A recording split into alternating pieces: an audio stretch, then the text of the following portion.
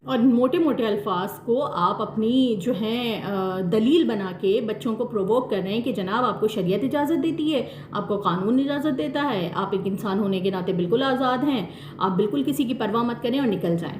اس بچی سے یہ نہیں پوچھا کہ خدا نخواستہ تمہارے ساتھ کچھ ہو سکتا تھا اگر تم ایک ٹیکسی کر کے کراچی سے پنجاب آ گئی ہو، اور وہ بھی بنا پیسوں کے۔ بچی سے خاتون نے یہ سوال نہیں پوچھا کہ جب وہ پنجاب پہنچتی ہیں، پنجاب یونیورسٹی، تو وہ کانٹیکٹ کے لیے کہتی ہیں کہ ظہیر کے دوست کا نمبر میرے پاس تھا، یونیورسٹی کی کچھ لڑکیاں بیٹھی ہوئی تھیں، میں نے ان سے فون لیا، ظہیر کے دوست کو فون کیا، ظہیر کے دوست نے ظہیر کو بتایا اور ظہیر پھر پیسے لے کر آ گیا۔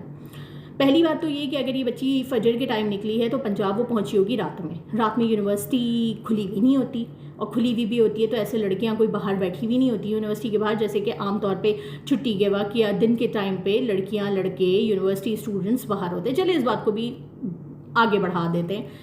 ایک بچی جو اپنے گھر سے نکل رہی ہے ایک لڑکے پہ بھروسہ کر کے کہ میں اس کے پاس جاؤں گی، اس کو اطلاع بھی نہیں دیتی پہلے سے، اس کے پاس اس کا فون نمبر تک نہیں ہے۔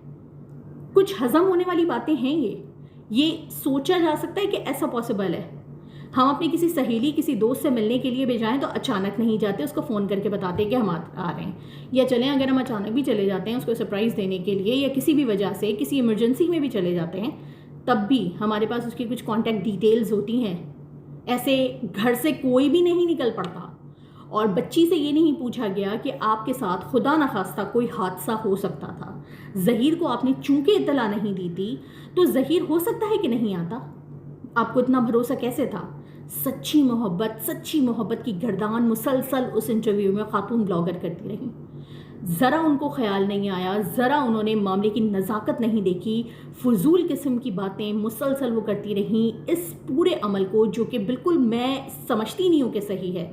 اور فکر ہوتی ہے اس قسم کی باتیں سن کے ان بچیوں کے حوالے سے جو ایسا مزاج رکھتی ہیں، جو یا اگر وہ صحیح بھی ہیں، اگر ان کے ماں باپ ان کے اوپر واقعی سختی کرتے ہیں یا واقعی وہ کسی کو پسند کرتی ہیں، اگر وہ اس قسم کی سچویشنز میں واقعی ہیں، تو اگر وہ ایسا انٹرویو دیکھیں گی تو وہ کیوں کر اپنے آپ کو روکیں گی کوئی ایکسٹریم اسٹیپ لینے سے۔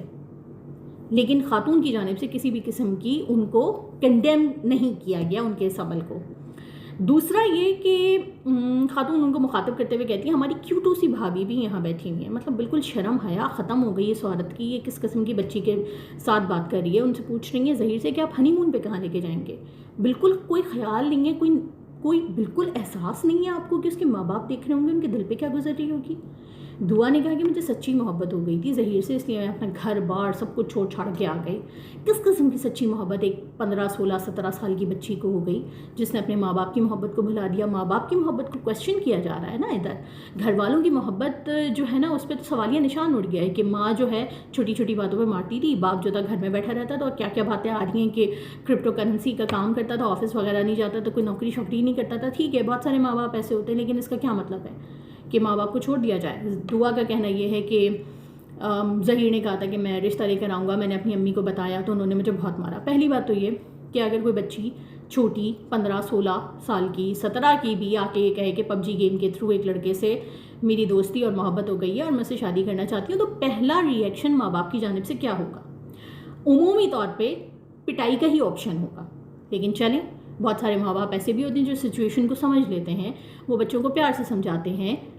ان کے ماں باپ نے ہو سکتا ہے نہ سمجھایا، جو دعا کہہ رہی ہو وہی درست ہو کہ میری ماما نے میری پٹائی کی، لیکن اس بات پہ یہ نہیں کہا جا سکتا کہ اس پٹائی کی وجہ سے آپ اپنے گھر کو چھوڑ کے نکل جائیں۔ یہ بات تو ماننے والی ہی نہیں ہے کہ کراچی سے ایک چھوٹی سی بچی ایک ٹیکسی کر کے پنجاب پہنچ جائے۔ دوسری بات یہ کہ ظہیر نے کہا کہ میں نے فوری طور پہ نکاح کر لیا ان سے۔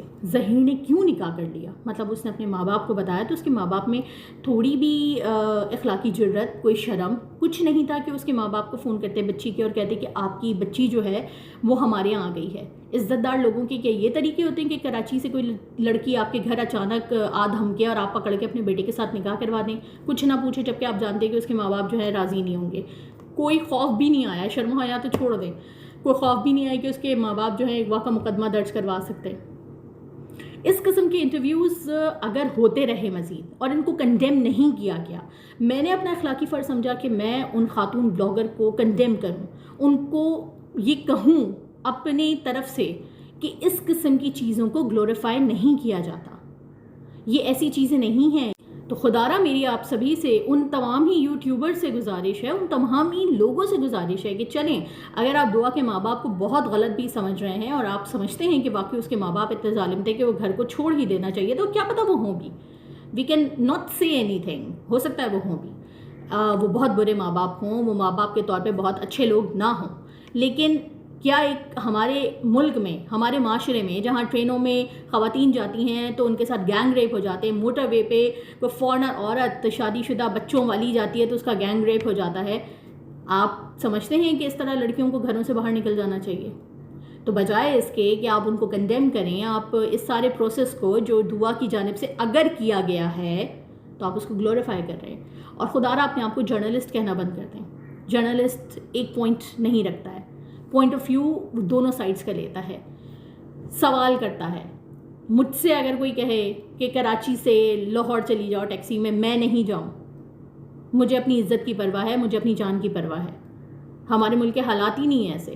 ایک بچی یہ کہہ رہی ہے کہ میں کراچی سے آ گئی اور آپ اس سے کراس کویسچن نہیں کر رہی، کیسے آ گئی آپ؟ بجائے اس کے آپ اس کو چٹان اور وہ یہ پتہ نہیں کیا کیا کہتی پھر رہی ہیں.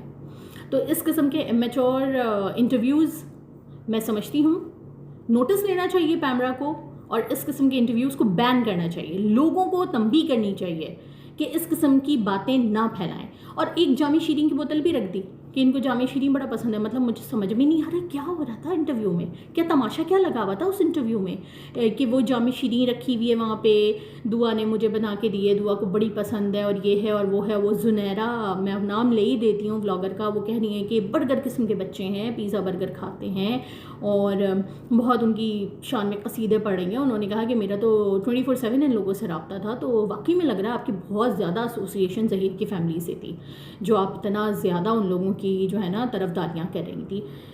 طرفداری نہ کرنے کا میں نہیں کہہ رہی، اگر آپ کو ٹھیک لگتا ہے تو آپ طرفداری بھی کریں، لیکن یہ معاملہ جو بھی سنے گا، یہ انٹرویو جو بھی سنے گا، جو دعا کے بیان ہیں وہ اس کو کراس کویسچن لازمی کرے گا. صحافی کو تو چھوڑ دیں، جو عام لوگ ہیں وہ تک یہ سوال کر رہے ہیں کہ ایسے کیسے بچی جو ہے ٹیکسی میں چلی گئی. کیوں اس بات پہ زور دیا جا رہا ہے کہ ظہیر اس میں شامل نہیں تھا؟ کیونکہ دعا کے والد کی جانب سے ایک گینگ کے ملوث ہونے کی بات کی جا رہی ہے، بار بار کی جا رہی ہے. تو اس بات کی نفی کرنے کے لیے، اس بات کو ہلکا کرنے کے لیے یہ بات کہی جا رہی ہے بار بار کہ نہیں، ظہیر کو بنا بتائے دعا اپنی مرضی سے پنجاب پہنچ گئی. وہ کیسے پہنچی اس پہ کوئی سوال ولاگر کی جانب سے نہیں کیا جا رہا. اور دعا کی ساس کے حوالے سے بھی انہوں نے بتایا کہ بڑی محبت سے رکھا ہوا ہے. انہوں نے پوچھا کہ دعا تم کیا کھاؤ گی؟ دعا نے کہا کہ میں پیزا کھاؤں گی. انہوں نے پیزا منگا کے دیا اور یہ اس کو روز ایسی پیزا منگا کے دیتی ہیں.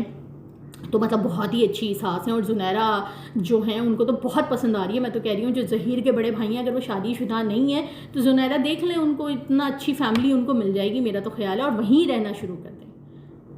میرا بس یہی کہنا ہے کہ اس قسم کے چیزوں کو بجائے اس کے کہ آپ تھوڑی اس کی مذمت کریں، آپ بچی کو تھوڑی، اگر آپ اس کے حق پہ بھی سمجھتی ہیں تو تھوڑی بہت ریالٹی چیک بھی اسے دیں.